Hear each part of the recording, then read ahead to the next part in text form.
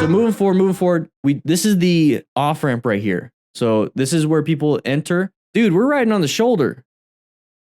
So Junior Martinez, hey, I'm going to tell you right now, a big common factor that a lot of motorcycle riders have to deal with is too much speed and then drivers not seeing us. Also, bad positioning. Places where we're not supposed to be, a lot of drivers don't expect us to be there.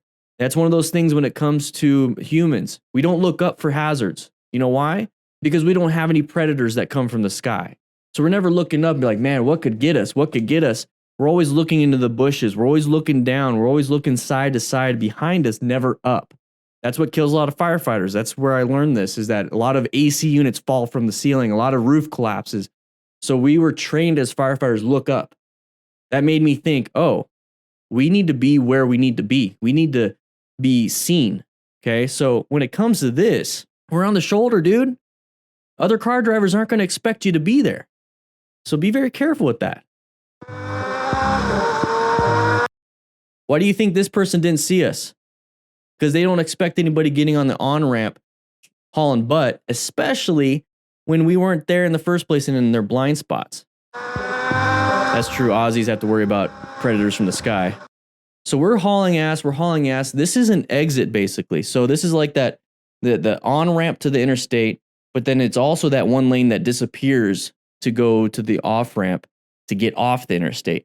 So when you're in the right lane passing everybody, guess what? You're going to have people wanting to turn right and get off. And that's where you're at. So we're hauling ass, and guess what this person's doing? Ooh, no. It's going to get close to you. So there's that rev bomb. This is what I want you guys to do instead, outside of not speeding and doing what this guy's doing. I want you guys to start moving over to the right. As soon as you see that person come into our lane, a rev bomb and never changing positions, we're assuming that this car driver is not going to be touching us. Okay, I'm not going to assume that. I'm going to assume that I'm going to go ahead and take responsibility for myself and move over to the right a little bit more to dodge this person, and then check my pantalones so that I, brown stage, check my pantalones, because you know what? I put myself in this situation. I need to realize I'm going to do my own after action review and be like, okay, I shouldn't have done that. This person needs to relax. And then look there's the whole blaming of other drivers and never taking responsibility for ourselves. If you blame other people for things that happen to you, you're never going to learn. All right, so side of the vehicle right there. Why is there a side of the vehicle? There's pedestrians there. Come on, guys, orient yourself to the situation. I think I've seen this driver before. I recognize, is that an aftermarket thing? I swear, I've only seen like bus drivers have that. So right here, what do we see? Side of the vehicle. Now, why is there a side of the vehicle? The pedestrians are blocking this vehicle from getting out of your path of travel. So we have to assume that they're going to stay there. So we need to just modulate our speed and not rush to get to the intersection, because once we rush to get to the intersection, we have to stop. People behind us, are they paying attention? I don't know. We can get rear-ended pretty easily. It happens quite a bit. So we're going to be moving forward right here. And now we're so target fixated on this and like, when are you going to move? When are you going to move? We're not even recognizing this vehicle. So when it comes to your focal vision, okay? So if you stare at one spot, stare at my finger. Does everything else around you kind of get blurry? Now stare here. Now stare here. Now stare here. Everything else other than my finger gets slightly blurry. That is your focal vision. So if we were staying focused on this, what about this? What about that? What about this? What about this? What about that light? What about that pothole or manhole cover? Your focal vision is very important. So we should not stare at something. We look at this, okay. We look at this, okay. Look at that, okay. Decelerate. Give me some more time so I could keep doing this. That's what we should be doing, okay? So don't rush to get in here.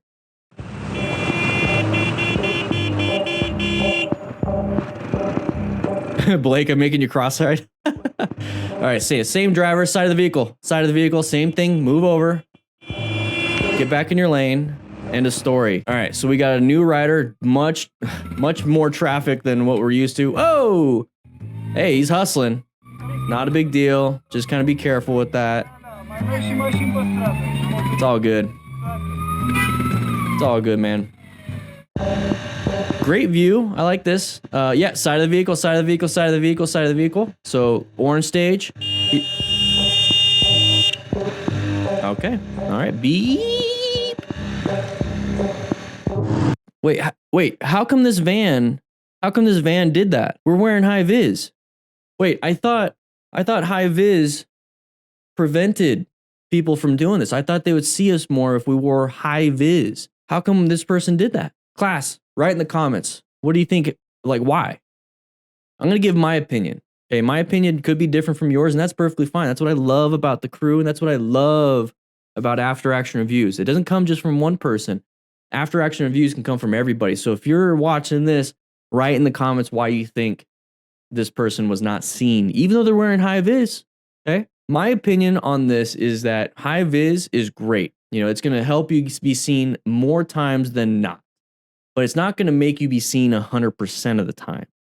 The thing that's going to help you be seen even more than high vis is movement and light. Okay. Human beings, if I stand still like Drax, you can't see me. That's a big problem. But if I'm constantly moving, that's going to grab your attention. So a sniper, you know, out in the wilderness, not moving with all the ghillie and all whatever. I probably said it wrong. Doesn't move, hard to see. But the moment you start to see him crawling, or the moment you see him sit up and start walking, you could see him. Same concept when it comes to anything we're out on the road. That's why positioning and presenting yourself gets you seen more. Okay, cool. There's that. Now, what about lights? What I said about lights? Same thing. Okay, if you can have a modulating headlight, that's great. If not, present yourself before an intersection. What's going to happen there is that light, easy to see. It's shining in our eyes. Our eyes need light to see. So we give it a little bit more light for those people. That's going to help you out.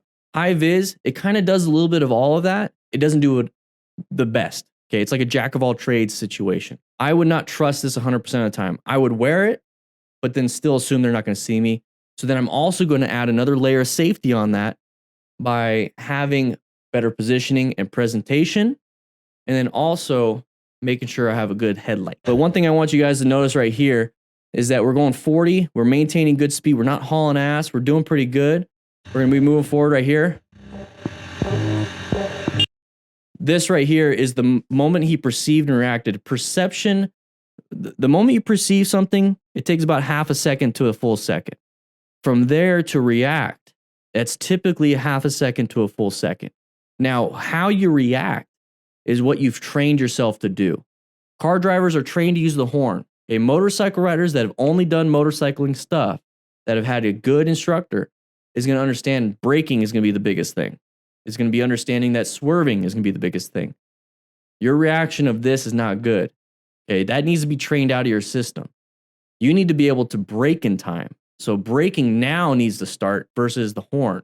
I want to see the brakes being applied, because now right here is our total stopping distance versus when he decides to actually brake.